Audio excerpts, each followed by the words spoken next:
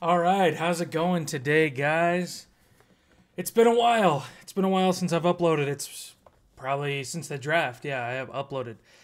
Since then, I've been having some issues, with like my computer. Just I've been having some issues, so I haven't been uploading. And it was the off season, so it wasn't very interesting anyway. It was for the Bears. It was. It actually was. So let's go over it, right? We get Keenan Allen, right? We get Caleb Williams in the draft. We get Rome Odunze. We get DeAndre Swift. Who else we get? We got a new center in Ryan Bates. We have a lot of new assets on the team. This is a completely new Bears team since last season. 8, 9 months ago, we had so many different players on the Bears than we do now. Now, training camp started. We actually just had the Hall of Fame first preseason game yesterday. We ended up winning that, by the way. We're going to go 21-0 for the season. I'm keeping my hype tame this year. I'm tempering my hype because last season I was extremely hyped. And it's weird. It's weird that I'm kind of keeping it on the down low this season because this is probably, at least in my lifetime, I'm 24 years old. In my lifetime, this is probably the best Bears team ever. Obviously, if Caleb Williams doesn't work out, that statement is retracted. But on paper, this should be the best Bears team that I have ever seen take the field. Obviously, I was 5 years old and we had the Rex Grossman Bears go to the Super Bowl, and that was because of our defense. Now, this year, the reason I'm saying this is because this year, I'm not comparing it to the 85 Bears or the 2005 Bears, but this is the best defense we've had since 2018. Plus, we actually have an offense. Can you fucking believe that? Obviously, none of this is going to make any sense, or I'm going to look like a dumbass by week 3 if we're 0-3. And our offense can't score a goddamn touchdown. And it very well could happen because we're still the Bears. I'm not saying it's going to happen because I believe in this team. I really do. On paper, Keenan Allen, DJ Moore, who just signed another 4-year deal, so we got him for the next 6 years through the year 2029, which is awesome. Rome Odunze, rookie deal. Caleb Williams, pretty much brand new offensive line, but it's still kind of shaky because, Nate Davis, yada. Everyone's hyping up this offensive line, but it's not going to be anything special. Okay? It's probably going to be middle of the pack, maybe top 20. New offensive line, defense, Montez Sweat. Ever since we got Montez Sweat last year, he has been a home wrecker. He's been wreaking havoc on the league. Okay? And ever since we got Montez Sweat, our defense has been amazing. We paid Jalen Johnson this offseason. We signed Kevin Byard. We got Tyreek Stevenson, who is a young, up-and-coming cornerback. Kyler Gordon has been having some issues, but he's still very good. Jaquan Briskett's been having a decent camp. DeAndre Swift, Khalil Herbert, Roshan Johnson, who can probably be a running back number 1 in the future if he's as good as I really think he could be.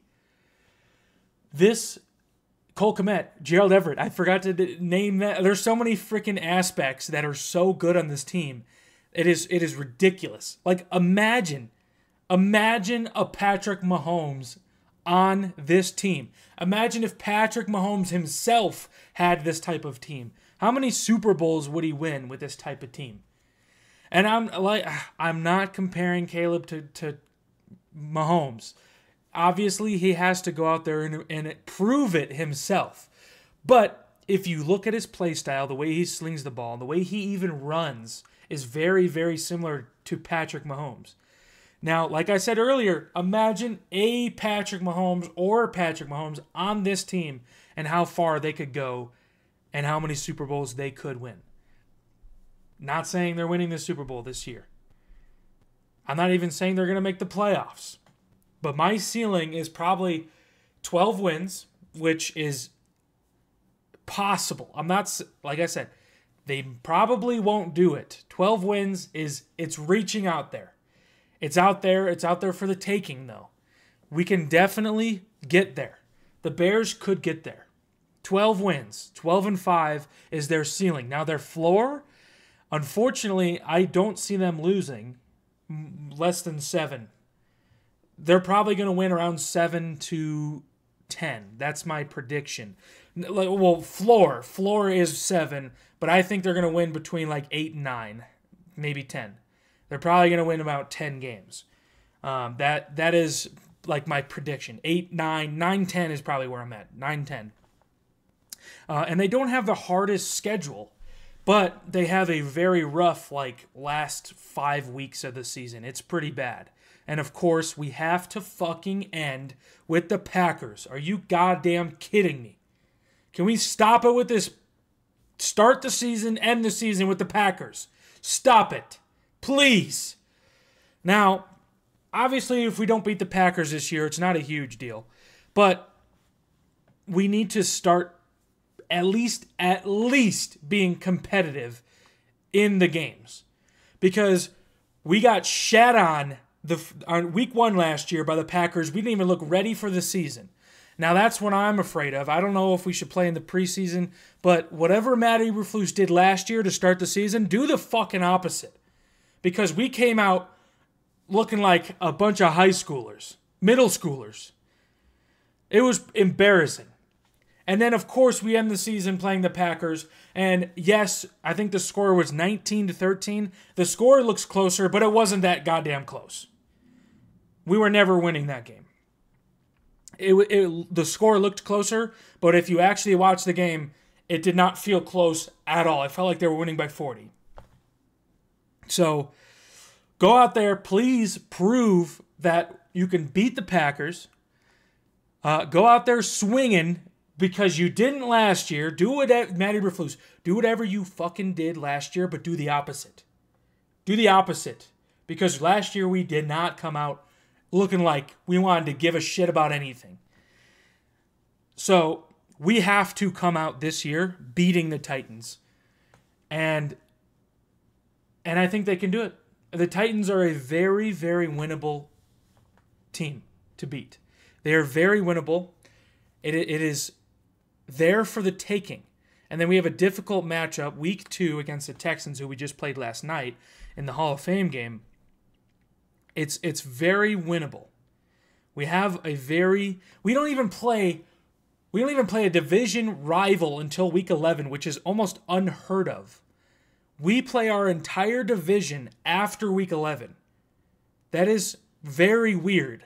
It goes like Lions, Vikings, Lions, 49ers, Vikings, it goes Packers. I don't know. But the 49ers are mixed in there somewhere. So we play all of our division games in the second half of the season and then the 49ers. So just that schedule is just so random to me. You almost never see that. So I don't know. I'm excited, but I'm also like, it's weird. It's weird because, like I said before, this is probably the best team that I have ever experienced in my lifetime for the Bears. And I should be way more excited than I actually am. But my excitement last year was actually a lot more than it is now.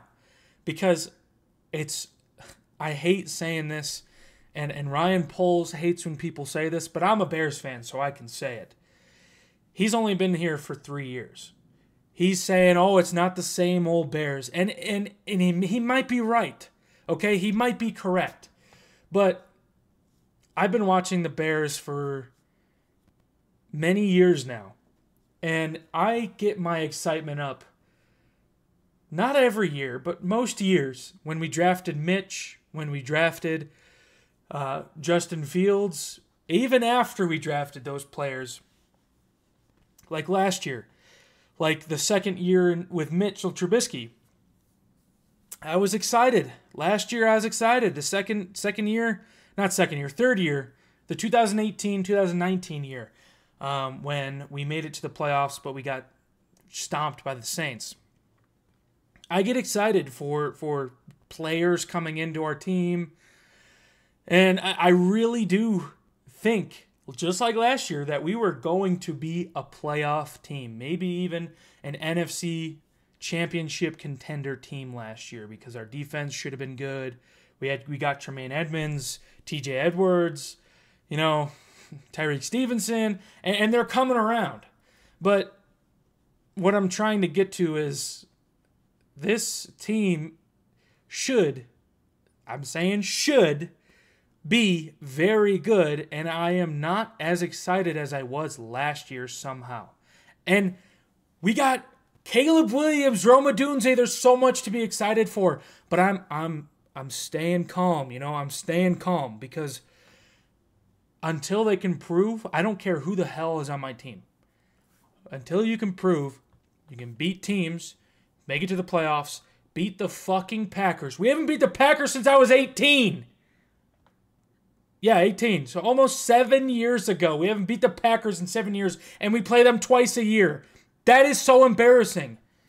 So, beat the Packers, make it to the playoffs, have a 4,000-yard passer for one goddamn time in our life, and then I'll be excited. I haven't even bought any jerseys. Like last year, I bought a DJ Moore jersey. I bought a Fields jersey 2 years ago.